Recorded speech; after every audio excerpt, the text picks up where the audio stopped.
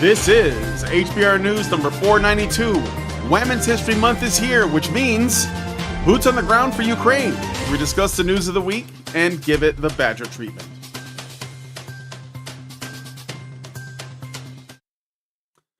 Hello, everyone, and welcome to Honey Badger Radio. Hope you guys are doing well this week and that you're laughing at all of this absurdity so that you are not consumed by it. I'm your host, Brian, and I'm joined by, as always, my lovely co-hosts, Hannah Wallen and Dr. Ranamercam. We have a great show lined up for you guys this week, full of stories that are definitely going to get people talking. So please be sure to continue those conversations in the chat as well as the comment section. On this week's HBR News show, we're going to be talking about, let's just say the UK response to a certain conversation that occurred in the White House, which will apparently guarantee peace in Ukraine. And Britain, the same country, by the way, plans on cracking down on what it calls hyper-masculine social media and more. So stick around. It's going to be a good time. And be sure to join us afterwards for the patron-only show. Did you guys know that it's Women's History Month? And that means that Black History Month is yesterday's news, and we can't talk about it anymore because now we're doing the celebrating of Wammen. And nobody is more excited about that than Halo. The game Halo. Wait, what? Yeah, it's that's right. You may think that that's a strange thing to care about, but you would be wrong, and obviously you hate women. So apparently HaloWaypoint.com is doing a Women's History Month dedication to all of the female characters that have appeared in Halo, which apparently are 50. I didn't know there was any. So characters. So fictional characters. Yes, not fictional. Any women involved. Fictional in female representation that created Halo. No. Well, no. No, like they're not even honoring their own women. Do you now get to play as Mistress Chief, who wears exactly the same Doom Guy costume? And no, she's going to be called. I believe she's going to be called Master Chef because she's going to be cooking. So, anyway, we're going to go into the after show. We're going to look at this. And if you want to join us, you have to become a Badger yourself by going to feedthebadger.com /subscribe and setting up a monthly subscription. $5 a month will get you into our Discord server where, anybody can get into Discord's the free version by going to badgernation.online. But if you want more access, you can become a member, and that will let you watch all of the additional content. Allison and Mike just put out a new Ragening, and there's more videos coming all the time. So, please consider joining the community. It is a very special community, to be sure. And there's a lot going on. So hopefully we will see you all there. That is feedthebadger.com /subscribe. And if you don't want to wake up one morning to find that our presence online has been reduced to a smoldering crater, then you might want to look for our archive content at honeybadgerradio.com or badgerfeed.com. That's where all the content lives. All right. So with all that out of the way, let us get into today's stories. So first, we're going to talk about this. So as of March 4th, 2025, UK Prime Minister Kier Starmer has repeatedly emphasized strong support for Ukraine. You probably heard about the recent goings-on with Zelensky visiting the White House and the European reaction to that, including readiness. This is Starmer again. Readiness to deploy British, according to Starmer, quote, boots on the ground and planes in the air, end quote, to secure and defend a lasting peace deal in Ukraine and amid Russia's ongoing war. He first made this pledge on February 27th during a White House press conference with U.S. President Donald Trump, stating the UK is prepared to back a peace deal with troops and aircraft. That's a peace deal, guys. Working with allies to ensure peace endures and deter Russian aggression. Starmer doubled down on this commitment on March 2nd after hosting a summit of European leaders in London, outlining a, quote, coalition of the willing, end quote, to defend any peace agreement with the UK, leading by offering military presence, though he stressed it requires strong US backing.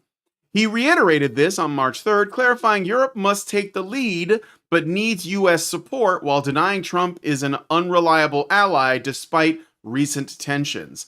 These statements reflect the strategic push for European leadership, military deterrence, and a quote, just peace, end quote, but specifics on deployment timing or scale remain vague, sparking debate online about risks of escalation. You think? So, that being said, yes, go ahead, Mike. It's disturbing and perturbing how easy it is now to coerce normies into warmongering. I mean, normies who have already been convinced that the extreme left is the sensible center, if you can even call them normies at this point, and unfortunately, I think we can. All you have to do is tell them it's just like World War II. Is it, though? Or is it more like the Iraq War? Considering you're talking about the coalition of the willing, is like the Iraq War. That war that almost everyone was against. Yes, Saddam Hussein was an evil fuck, but it was none of our business.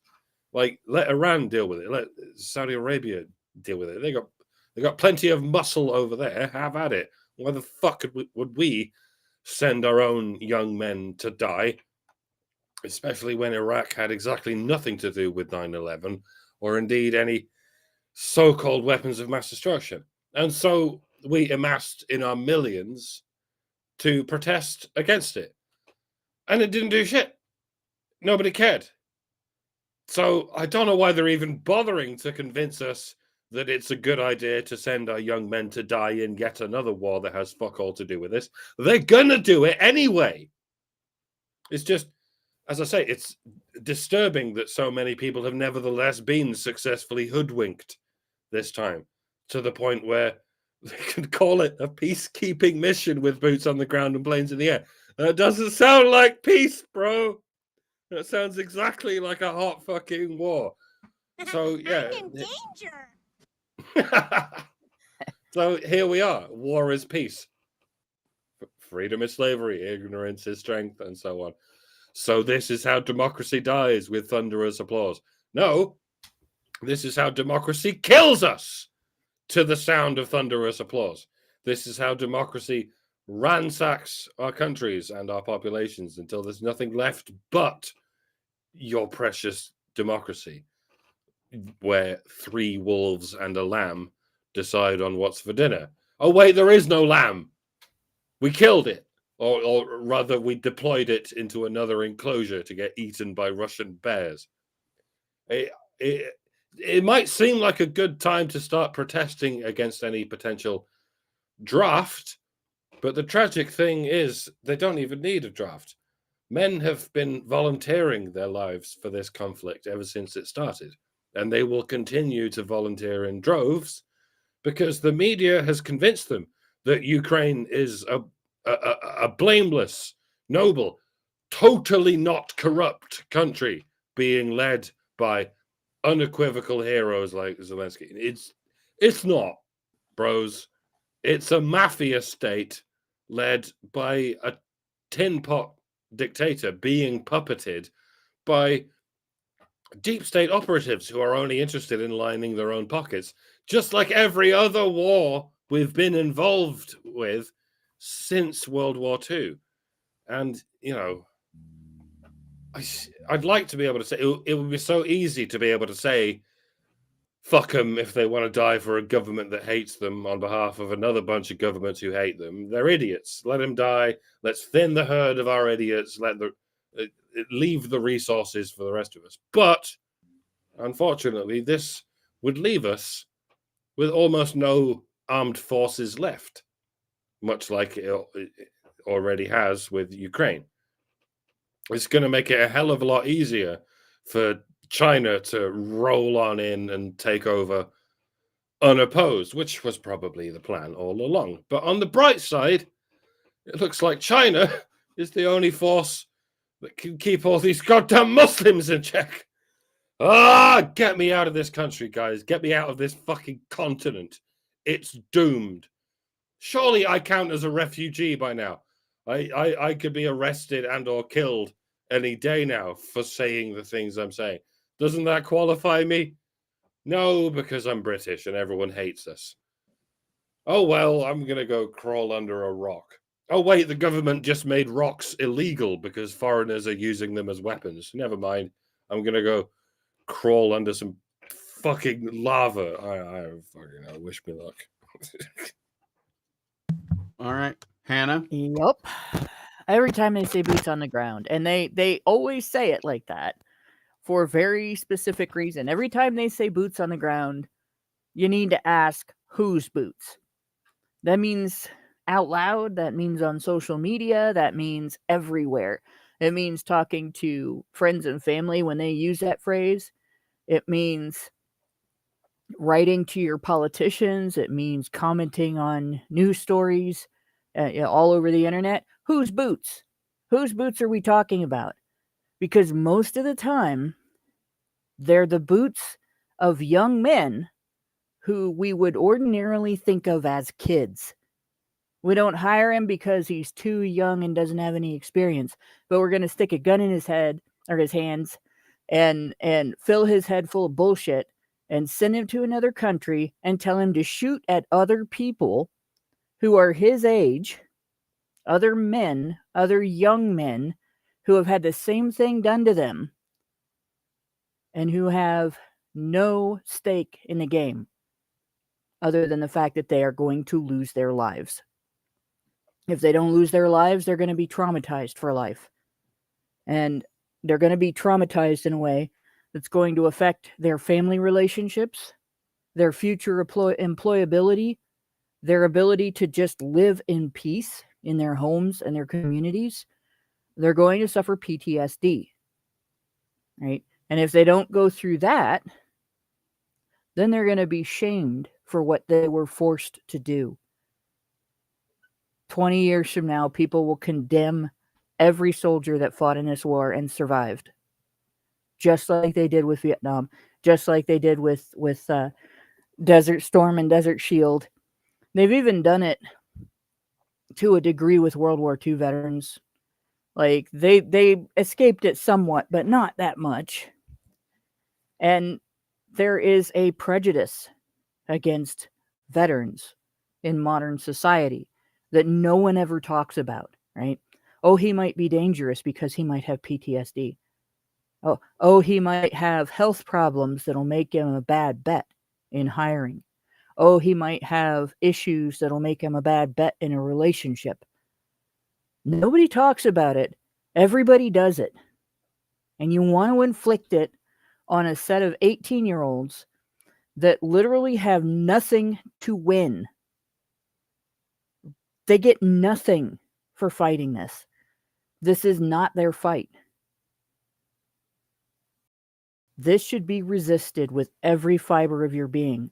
If you care about young men, do not let your government do this. Peace needs to happen, and weapons can be used as a threat. You know, the speak softly and carry a big stick. But those boots on the ground are filled with the feet of young men, and they should not be sent. You know, it's funny, when this conflict started, all of a sudden, white English boys were loved by, their government. All of a sudden, it was just like when the thing that happened I think it was when Gaza happened, and they wanted, all of a sudden, like when the October 7th happened, the military commercials changed completely for the United States. And it was like, manly white dudes like waiting to jump out of helicopters or whatever. Like, the whole narrative changed. And the thing is, we saw that. Like, guys in America were like, no, because for decades you have been shitting us for being men. And now you want us to go and fight and die in a conflict we don't give a shit about. And I suspect that this is even more magnified in the UK, because for how long have they been saying, that the UK is just like, that basically white men in particular, Englishmen, have been getting shit on, and now they have a bunch of foreign men, and those guys aren't going to fight for a country they don't believe in. Like, I've seen videos of them saying, no, I'm not even from here. I'll just go back to my country, right? If they ask. So that's like out of the question. So you don't have the foreign men that you imported. You don't have the native men that their support, because you have shit on them for so long. And you want them involved in a conflict that's like thousands of miles away that they have no investment in, except for the people in power, except for people like Kier Starmer and the European Union and NATO, you know, and Zelensky. That's what it's all about. It's about that. I mean, I don't want to get into like all the shit with NATO and what Zelensky is, you know, why he's there and all that, because Mike kind of touched on it. But let's look at some numbers really quick, okay? So since the invasion happened in 2022, there has been an estimated loss in Ukraine of about 18 to 23% of the population. And when I say the population, it's probably, very likely, almost all men.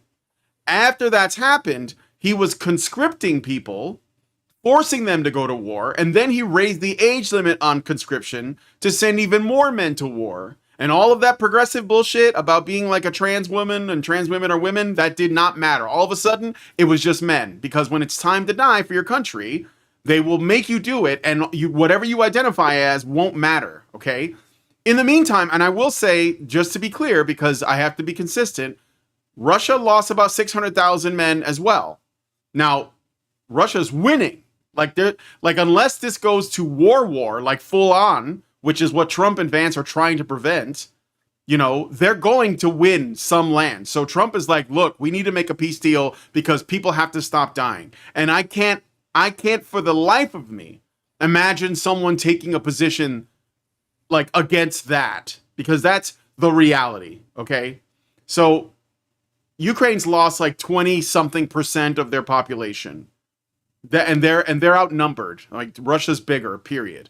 And Russia still lost about 600,000 people, men. We're talking about men here, you know, darling. So these are the numbers that we're looking at, and it is men. So this is just goes to show that, you know, the government of the UK does not care about their men until it's time for their men to die.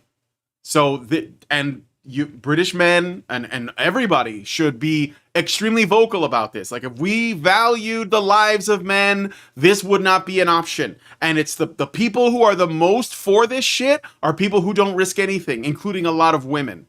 Like the women of NATO, the women of the European Union that have been the most vocal, because they're not going to go. Even the women in Ukraine who basically were just like, well, I'll just go to Germany or Sweden or something and I'll just get a new man and start over. And they just do that. So, like, this is the reality. Anyway, it's a big mess. And, yeah, I don't know. I mean, I think I should open up Discord in case somebody sends me a super chow. But, yeah, it's not good. But, again, you know, Englishmen, like, this is not a country worth fighting for. And you should be very vocal about that. Meredith G. Okay, I did get a super chow from Meredith G. For $5, and she says, HBR News number 492, Honey for the Badgers. Captain Obvious here, but part of the reason so many young men were sent to their deaths in Ukraine is because Boris Johnson interfered with any agreement with Russia that would have prevented it. The descendants of the same assholes who got Europe into 2 world wars occupy the halls of power in Europe, and Great Britain is so no surprise that Europe is at war. Again, the US needs to stop funding this crap. 100%. Very based. Thank you, Meredith. Yes. And again, yeah, it just comes down to, like, you know, they don't value male lives, and that's what it is. So, okay. Anyway, anybody got any other things to say about this? Yeah, they only value male lives when they can end them. Yes. Paradoxically enough. Because they're treating them as a currency. Yep. That's right.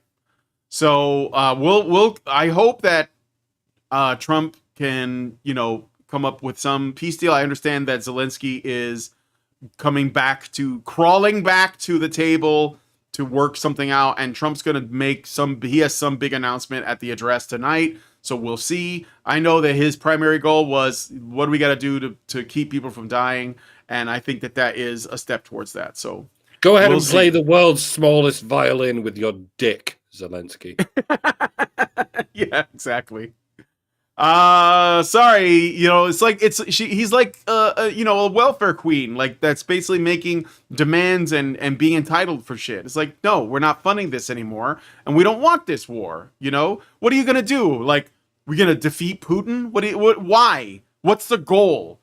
The goal should be to protect lives. That's ultimately what it should be.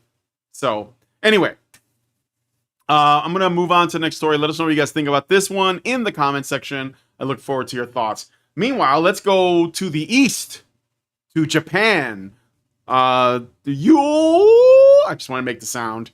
Okay, so Japan has frozen. So remember, we covered last week, we were talking about how UN Women was trying to get Japan to like change their policy based on their very old tradition of, the imperial line always being male. Even though the emperor is more like a, ceremonial position, but it's still a really big deal to the Japanese. Well, Japan has decided to freeze voluntary funding for the United Nations Committee on the Elimination of Discrimination Against Women, following the panel's October 2024 recommendation to revise Japan's male-only imperial succession law, as per this Antarctic Press report from January 29, 2025. The Imperial House law restricts the throne to males and strips female royals marrying commoners of their status, preserving conservative pre-war traditions. Japan's foreign ministry, led by spokesperson Toshihiro Kitamura, announced the funding freeze and blocked a planned CEDAW visit by March 2025, arguing the UN's call infringes on national sovereignty, not basic human rights. This move, detailed in the AP article, aligns with posts from late February suggesting Japan's broader pushback against UN pressure, though it's limited to CEDAW's voluntary contributions. Exact amounts aren't specified, but are part of Japan's annual UN report, typically in the millions. The decision reflects Japan's conservative government under the Liberal Democratic Party, prioritizing tradition over gender equality, because what the fuck is that? Despite public polls showing 90% support for a female emperor like Princess Aiko, per The Times. Other web sources like the Washington Post and ABC News confirm the timeline and tension, noting CEDAW's long-standing criticism of Japan's gender inequality. They were ranked, according to the World Economic Forum, 116th by their standards. Did you know that that's how sexist they are? The World Economic Forum has decided that.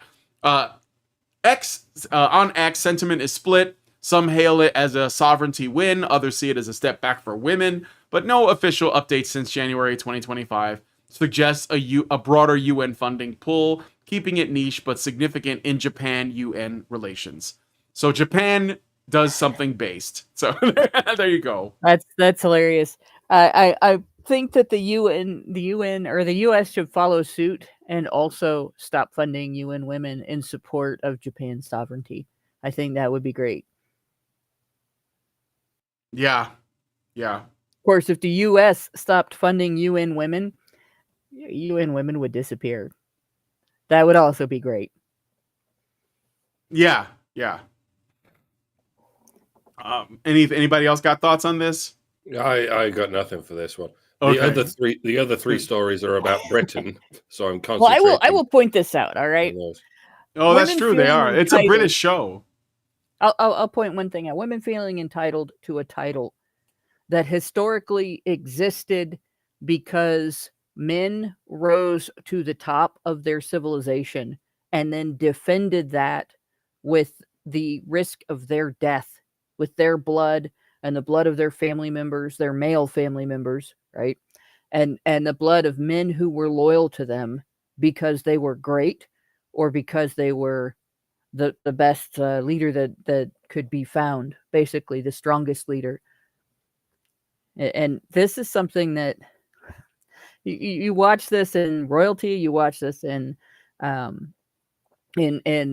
politics, you watch this among emperors, among all the different words that we've had throughout various nations' histories for the dictator that we follow voluntarily because nobody else has stepped up to do the job and then been able to defend it from other people who wanted to take it away from them.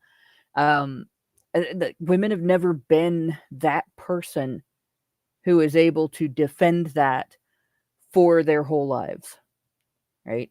Only after circumstances where a country has established strength do women become that leader.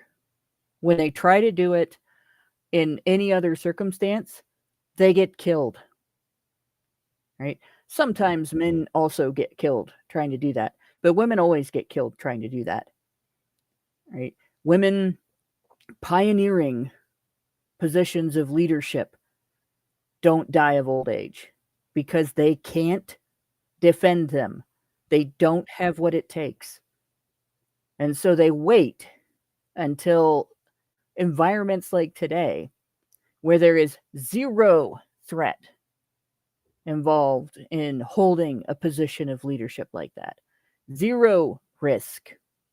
And then they say, I want that. I deserve that title. I'm just as much royalty as you are. I'm just as prestigious as you are. You're just discriminating against me because I'm a woman. Right? No, bitch, you didn't earn it. You never earned it. Shut up, sit down, and let the men hold the positions. Especially given the fact that, what are you going to do with it? Absolutely nothing. Now that it doesn't matter, you want it. Like, shut the fuck up and sit down. Yep. Well, the point of this is control. It's basically like they're just trying to spread. I mean, they want to control every country in some fashion, and the best way to do it is by exploiting our desire to, like treat women well. So the UN Women is probably like among the most effective angles, and they go to a country and they wag their finger at them and say you're not kind to women, so you should change this thing, and all they have to do is buckle like a belt, and then they push for something. Like, it starts off, it's always something small, just like, oh, just let us do this one thing, it's not going to be a big deal. And then they wait a little bit, and then they push for something else, and they push for something else, and next thing you know, they're asking to be invited, then they want a seat at the table, then they want to control the table. And that's what it is. And Japan has to draw a line and say, no, this far, no further. Yeah, see, I honestly must be think drawn this is here. a big deal. Yeah, I honestly think this is a big deal. It is a big deal. Yes. Women wanting to ride on men's coattails and pretend to be walking. And every time women do that, they take away men's legacy, but they also bury the things that make men inspired to do great things. And they also bury the things that make society inspired to follow great men. If you don't want your country to fall the way the United States almost has, and we're pretty close. Like, we are that cartoon that stops just inches before it hits the bottom after falling off of a cliff right now. Yeah. Like, if you don't want that, don't let women do this. Yeah, I'm not inclined to give all that much of a fuck about Japan. You all have got the same problems as us, but fucking sort it out yourselves. It's pretty simple. Stop using women to shit on men or in men, like some kind of human centipede. At least don't eat the cuttlefish and the asparagus paste. Baby steps. All right. Well, yeah, I'm glad that there's more pushback against like these busybodies, and it's good to see. So that's why I want to point out a little bit of, and on top of that, they did it on Women's History Month. That must sting. Oh well. Let us know what you guys think about this one in the comments. I look forward to seeing your thoughts. Time to move on to the next thing. So, Stonewall is in the news. The U.S. Agency for International Development, USAID, has withdrawn over $600,000 in funding from Stonewall, a prominent British LGBTQ plus advocacy group as part of sweeping cuts under the Trump administration's recent downsizing of foreign aid. Announced in late, by the way, Stonewall claims to be a charity. If you get money from the government, you're not a charity. Like NGOs that get money from USAID, guess what? Not NGOs. Literally the opposite. Literally an oxymoron of NGOs or charities. But anyway, announced in late February 2025, this move is tied to Trump's order to slash 90% of USAID's foreign aid contracts, totaling $60 billion, to align with an America First policy, per reports from multiple outlets. The Daily Mail article notes Stonewall's reliance on this funding for international programs, particularly in Eastern Europe, where it combats anti-LGBTQ plus violence and warns of potential staff cuts and project collapses, with only roles tied to dedicated funding preserved. Stonewall's statement to the BBC, cited in the article, vows to continue its global equality fight despite these setbacks, blaming economic pressures and USAID's withdrawal. Post found on X from February 24th through March 3rd of 2025 amplify the story, with users like at Mr. Pool X and Tippy Maxwell framing it as a political win for the Doge agenda, while others decry U.S. tax dollars funding foreign advocacy, calling it misaligned with American interests. However, the establishment narrative, supported by web sources like three-letter agencies AP, BBC, and NBC, focuses on the broader USAID cuts' impact on global health and humanitarian programs, not just Stonewall, suggesting this is one of many terminations, including HIV/AIDS and maternal health projects. Critically, the narrative's tone hints at a political spin, with X posts reflecting conservative pushback against LGBTQ plus advocacy abroad. No exact figures beyond 600,000 are detailed, and USAID's reasoning beyond Trump's policy shift is unclear, leaving room for debate on whether this targets Stonewall specifically, or if it's part of a broader pattern. It's hilarious that this entity calls itself the United States Agency for International Development. They're using the word development in much the same way they use progressive, namely turning everyone into fat gay spastics, into useless screeching lesbians who hate their own countrymen. How the fuck does this develop a nation or the interests of its people? It doesn't. It makes us defenseless, degenerate losers who will be dead in 2 generations because we're only interested in fighting each other. And by fighting, I mean having a flailing bitch slapping contest amongst ourselves. This isn't aid. It's the opposite of it. It's exactly what you would do if you were trying to undermine and demoralize a nation. It seems like everyone hates America because its government is always interfering with other countries. And yes, it is. USAID is a perfect example of it. If you wanted to help us, you'd be assisting us in deporting all the violent foreign criminals and maybe incentivizing us to build stable families and small privately owned businesses that can thrive in a free market.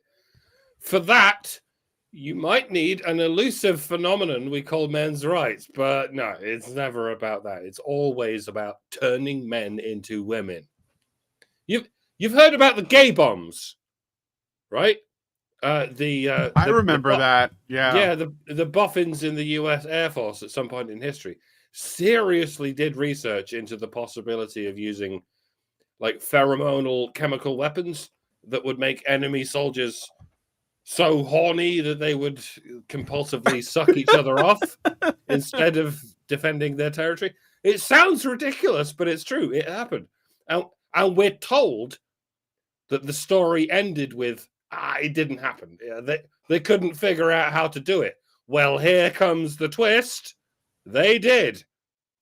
That's exactly what USAID is doing, except it's not a physical bomb. It's a financial bomb. They pay a bunch of academic faggots to turn everyone else into academic faggots. And it's working. We should be outraged that this was ever happening. It is an act of war.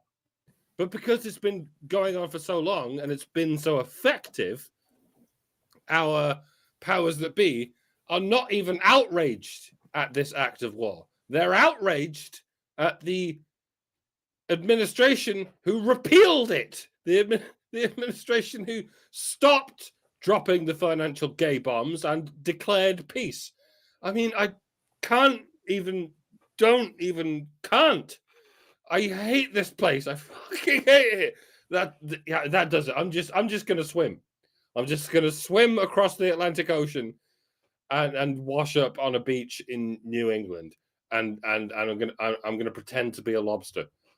That means that means they'll catch me and boil me and shred me up and put me in a lobster roll. But fuck it, it's a more dignified fate than the one my own country has in store for me. At least I'll be a lobster roll that gets eaten and not one that gets fucked repeatedly by a lesbian transsexual Muslim.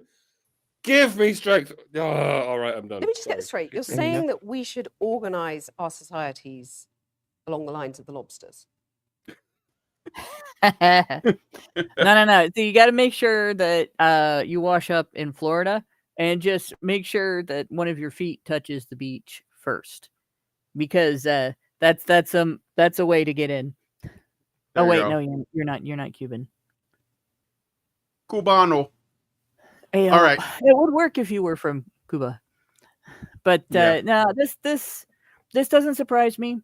Like the shit we've been looking into, this is minor compared to what the USAID system has been funding. And I'm going to keep calling it that. I want everybody else to call it that too. It's not USAID, it's USAIDs.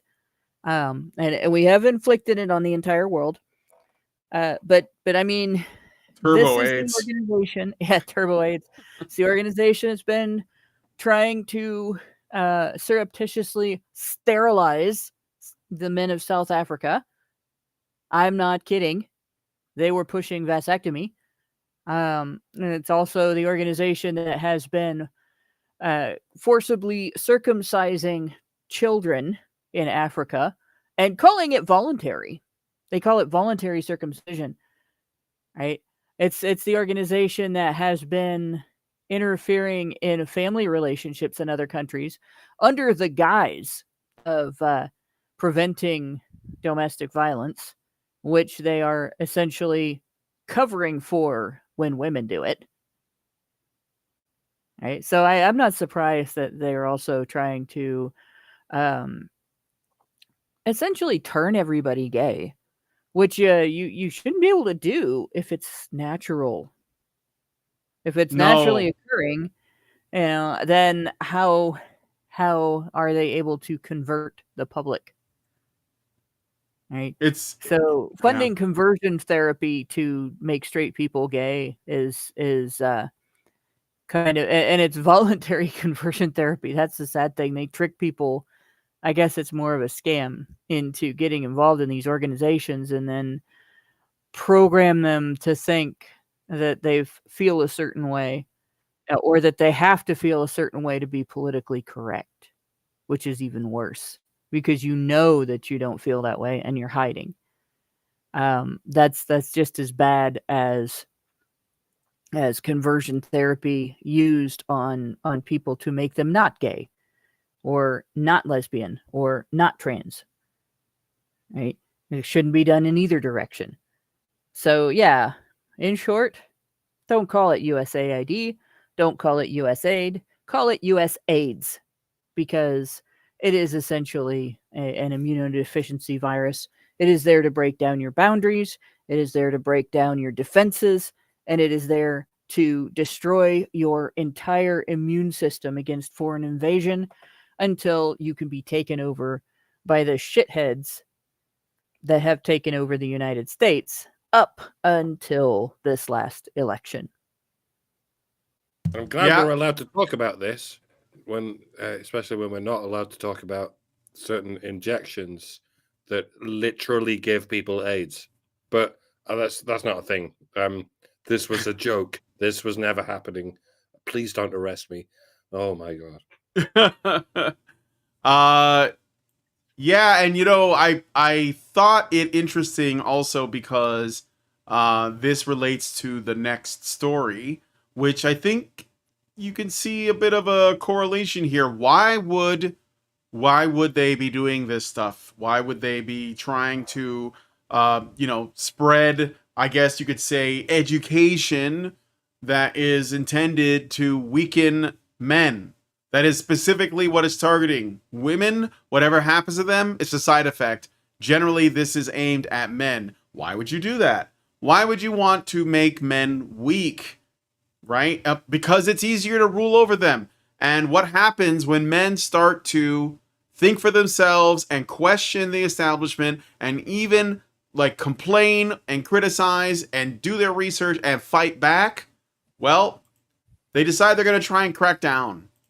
So Britain has initiated a crackdown on what it calls hyper-masculine social media content, with the digital regulator Ofcom urging tech giants to go beyond legal requirements under the Outline Safety Act to combat, quote, misogynistic influencers, end quote. The Telegraph article, oh, by the way, misogynistic influencers, that's like a term you can't define. It just is. It's just out there in the ether. It could be anybody, okay? Anybody.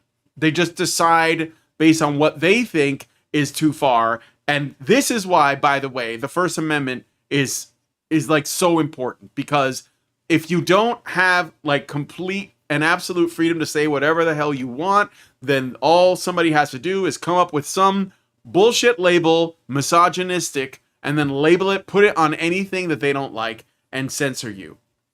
Anyway, the Telegraph article published on February 25th, 2025 details Ofcom's guidance to companies like X, Meta, and TikTok, calling for action against online abuse of women and girls, including pile-ons, which they put in quotes, harassment, and speech that normalizes sexual violence, even if it's not illegal. I just want to point out that most of the online harassment or bullying that happens to women is done to them by other women. And they're not going to censor those women. They're only going to go after the men, if anything. Because remember, hyper-masculine social media content is the target, not protecting the women, because women are bullying other women online all the time. Okay.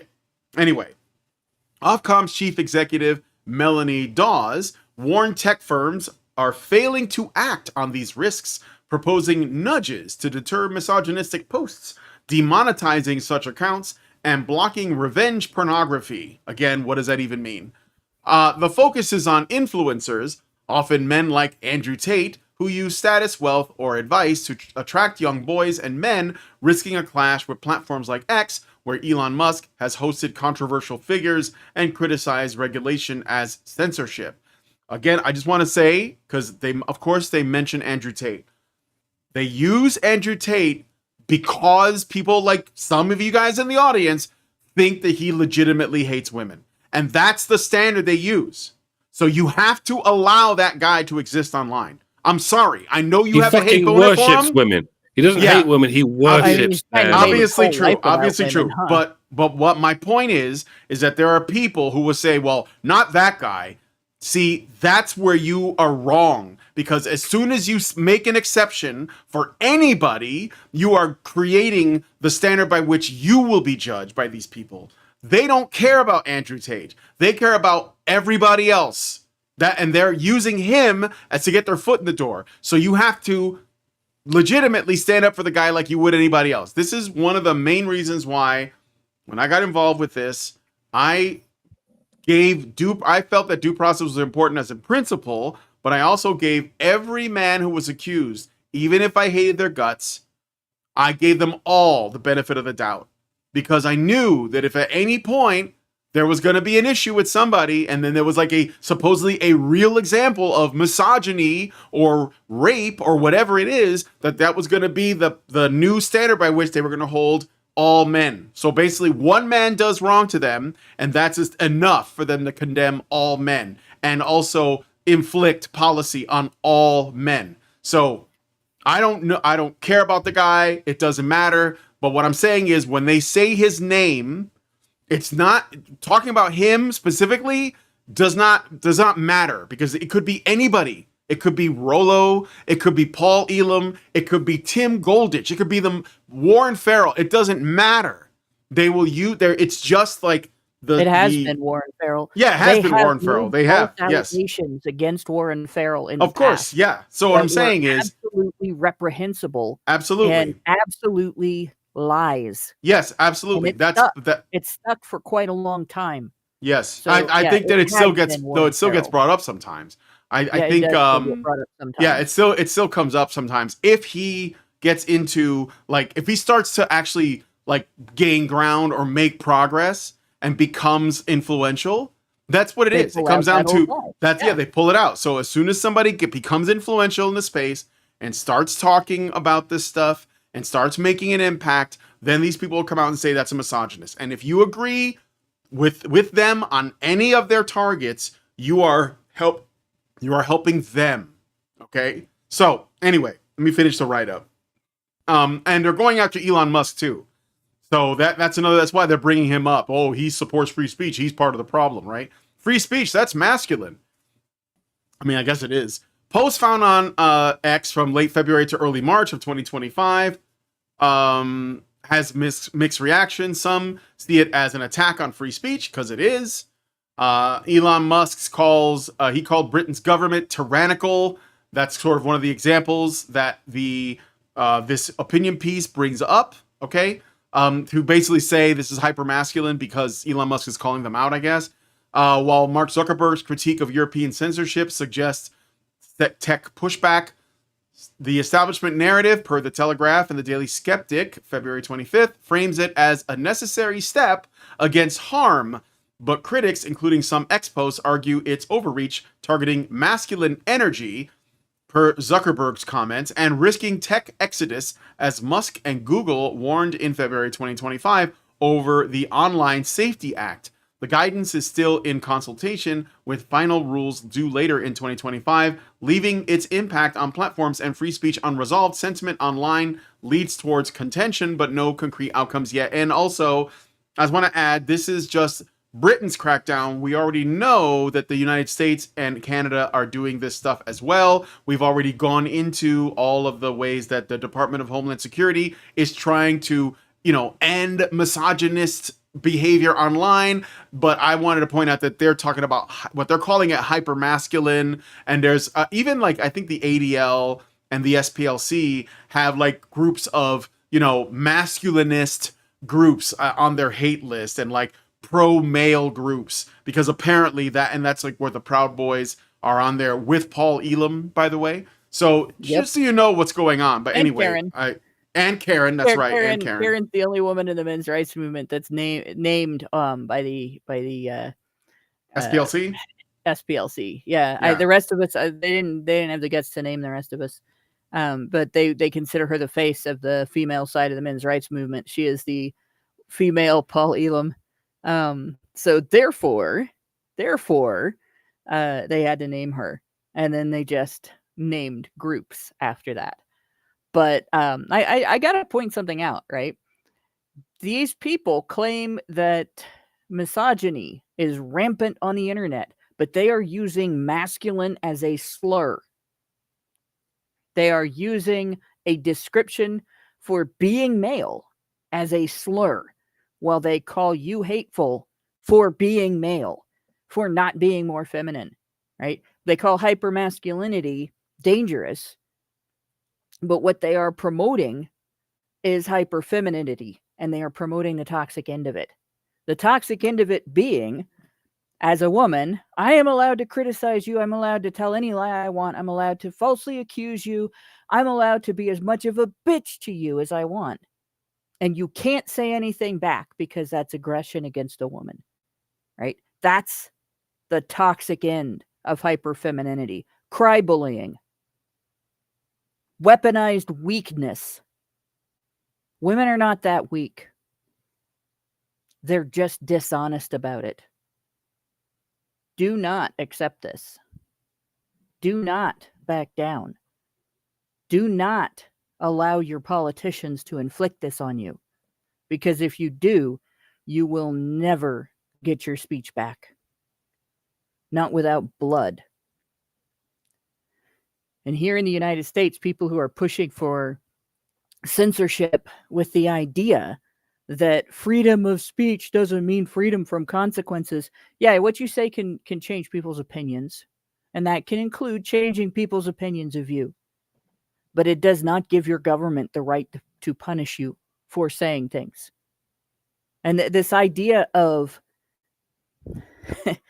this is something else that USAID has been promoting overseas. The concept of internet-based gender-based violence, or something like that. Internet-facilitated gender-based violence, online gender-based violence, electronic gender-based violence. There is no such thing as online violence. Violence is physical. All right? Violence is when somebody hurts you physically, when they engage in a physical act against you that can do physical damage to your body. That is violence. Even yelling at you really isn't violence.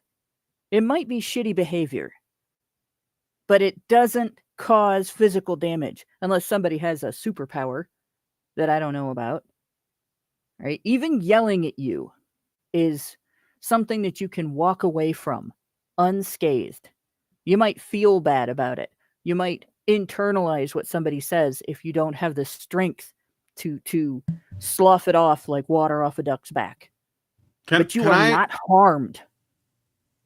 Yeah. Can I tell you what their claims are real quick? Some quotes from the put some Ofcom quotes in thing. there. Let me tell you what they said, okay? So Ofcom warned that misogynistic influencers were being rewarded with greater reach, particularly to boys and young men, by algorithms. So did you guys know the algorithm works in our favor? Did you know that? And then it says, I'll wait for that to happen with my it account. said, and then it says at the same time that these influencers use their position to glorify, justify, and create tolerance for sexual violence. The regulator said misogynistic speech is often not illegal, but at scale, it can normalize harmful beliefs in men and boys and impact women and girls' experience both online and offline. Yeah, calling you an angry hoe is not sexual violence. I'm sorry, ladies, but you need to switch out the yellow jello in your back with an actual spine. Okay? This is Women's History Month. And you're all going to be throwing examples up all over the internet. You're going to post them on Facebook. You're going to post them on X. You're going to post, if you're on X, if you have to have the guts to be on X, right? You're going to, what's the Blue Skies or whatever? You're going to post them on Blue Skies and whatever other alternatives there are. You're going to make YouTube videos about the great female warriors of the past. They would be embarrassed by you, right? You have no courage. You have no integrity. Grow some tits and have a little toughness, right? You're fine with abuse of women on social media when you talk to people like me and Karen and Allison and Lauren and other women in the men's rights movement who you've said things to like you should get raped so you'd know what it's like, who you've threatened in the past, who you've gotten kicked out of events, who at one point, some of the women in Gamergate had actual stalkers. We had one lady who was sent blueprints of her house with a falsely cordial sounding letter that detailed access to members of her family. It was so bad that she had to get law enforcement involved. Right? I've been doxxed. Karen's been doxxed. I think Allison's been doxxed. We've all had exactly the experiences that feminists claim that women should be afraid of online, and we haven't stopped doing what we're doing, right? And those experiences were at the hands of the women who complain that those experiences happen to women. So I'm not buying your bullshit, right? Ladies, man up. If you want to have this knockdown, drag out gender war on the internet, then prepare for the fight that's coming. You're One- already losing. So Yeah. you're not gonna silence the other side. You're not going to win social media censorship. It isn't going to happen. It's not coming for you. We are. Yep. One last thing I want to say about this too. So this Online Safety Act that they're pushing for, it will give the regulator the power to fine tech giants that basically step out of line, billions of dollars if they repeatedly break their own moderation rules and fail to stop, like misogyny online. They're going to use it to sue people like Elon Musk. So they're going to try and make him broke. And I suspect that's where it's going to go. I don't know. We'll see if it happens. And you got to wonder, where are they getting the money to do this from? I wonder. Yeah, the more they try this shit, the more they push this shit in foreign countries, the more Musk is just going to go after their funding from the United States, because all of this is based on money coming from the United States. So I'm laughing right now at the fact that the people that are pushing this shit, their funding's going to dry up. They will have nothing in the end. They will have shown all of their cards, and they will still lose. All right, Mike, did you want to say something? Yes, I did. Ahem. All right. Hear ye, men of the West. I beseech thee, stay the hell away from women. Don't try to court them. Don't try to woo them. And for God's sake, don't try to touch them. It will be your undoing. Now, what I've just said will undoubtedly fall under the rubric of what they're calling speech that normalizes sexual violence. Even though it's the exact opposite, I'm telling men to look out for themselves, to center themselves in their own interests and their own well-being, to be content in their own company. Make no mistake, this is what the government is cracking down on. They don't give a shit about Andrew Tate. He's just a fucking scarecrow. If they really wanted to suppress his online presence, they would. All they have to do is send in a few hysterical female politicians to bitch at YouTube executives, and they would go ahead and suppress his channel, disable comments and ratings, and make sure his videos never appear in the recommended feed or in the homepage. That's exactly what they did with, what can we even call him? Romy Tomlinson. That's what happened with him. Some British politicians don't like you. All right, into the shadows you go. Simple as that. Is anyone in any doubt at this point that they did the same thing with Honey Badger Radio and my channel and Brian's channel and Karen and Alison, all of us? But they did it behind closed doors, and they did it like 10 years ago, because we truly are they who cannot be named. They are not doing this with the people who tell men to pursue women, the pickup artists of the world.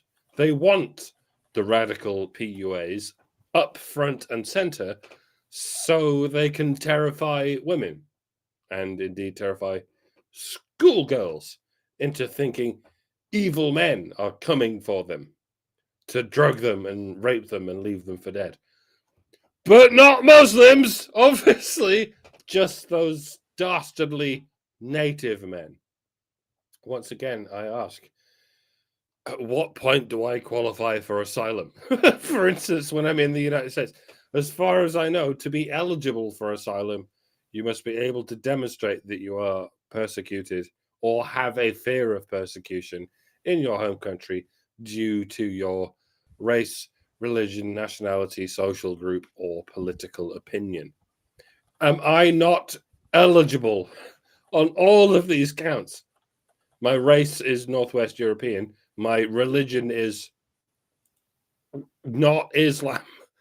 My nationality is English. My social group is, I don't even know what that means, but let's go with men's rights advocate.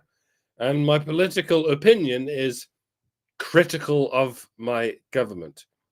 This combination of parameters is extremely likely to see me in prison any day now for several years, where I'll very likely get murdered.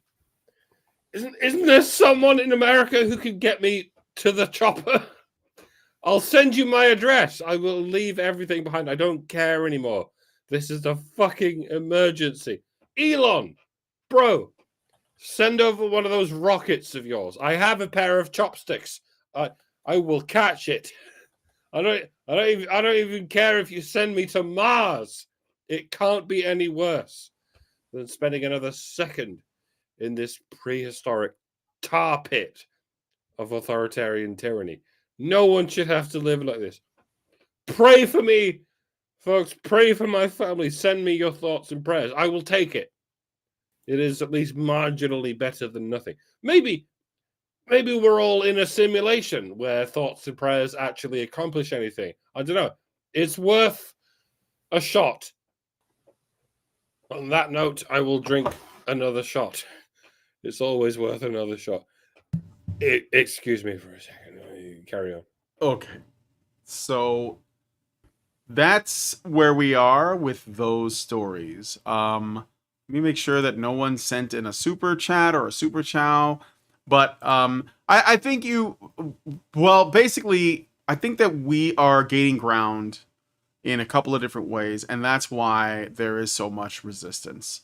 Because that's how you know you're over the target. You're getting hit with flack. Or as the Gamer Gators used to say, you know you're going in the right direction because you keep running into enemies.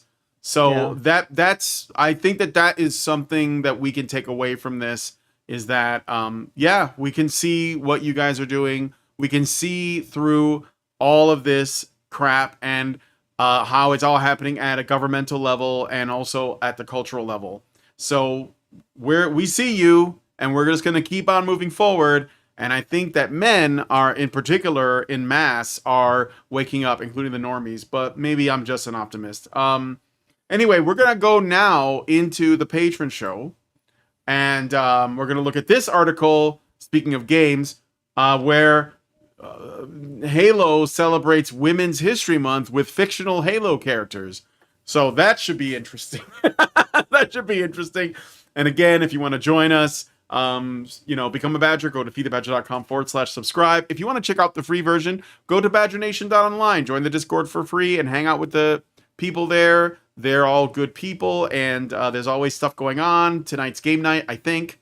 So yeah, I look forward to seeing you guys. And look, we did this in record time. Like, I did 4 stories in 1 hour. That's crazy. And we started late. Wow, we're getting better at this. It's only taken us like 200 and something shows. What show are we on right now? I'm sorry, 500, over 500 shows. But that's okay. We're getting there. Anyway, I'm going to wrap it up there. So if you guys like this video, please hit like, subscribe if you're not already subscribed, hit the bell for notifications, leave us a comment. Let us know what you guys think about what we talked about on the show today. You'll find links to the info on these stories in the description. And please share this video, because sharing is caring. Thank you guys so much for coming on today's episode of HBR News, and we will talk to you guys in the next video. Men's rights activists are machines, dude. Okay? They are literal machines. They are talking point machines. They are impossible to fucking deal with, especially if you have like a couple dudes who have good memory on top of that too. Holy shit, you're fucked.